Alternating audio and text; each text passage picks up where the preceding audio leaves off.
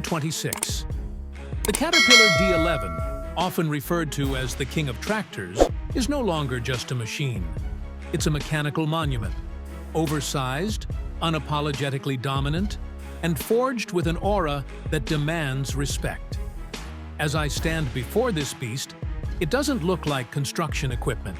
It looks like a war machine reborn for civilization, gleaming in a vibrant industrial yellow that screams power in silence. The first thing that grabs your eyes isn't just the size, it's the stance. This isn't your average dozer park on a work site.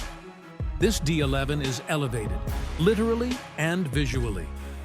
The ground clearance is massive, and yet it sits balanced and deliberate. Its body is as long as a city bus and just as tall. It commands space, but more than space, it commands presence. The oversized double-glass cabin wraps around the upper structure like a panoramic dome. It's not just protective, it's theatrical. You can see through it from all angles, revealing the powerful command cockpit inside with soft cream lighting glowing like a sci-fi command center. This isn't a tractor anymore.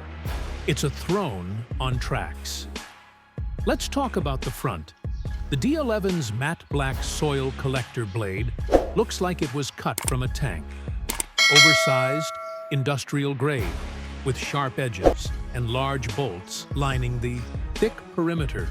It hangs ahead of the massive front bumper like a war shield. It doesn't look mounted. It looks fused into the soul of the machine.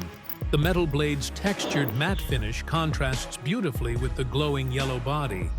And under showroom lights, the sharp edges shimmer with a raw metallic sheen. And then there are the tracks.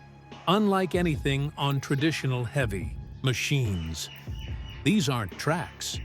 They are chain-linked belts forged from a fusion of military tank technology and modern engineering. Oversized, heavy, with metallic chain segments that hug the rollers tightly and roll over marble floors with a dignified roar.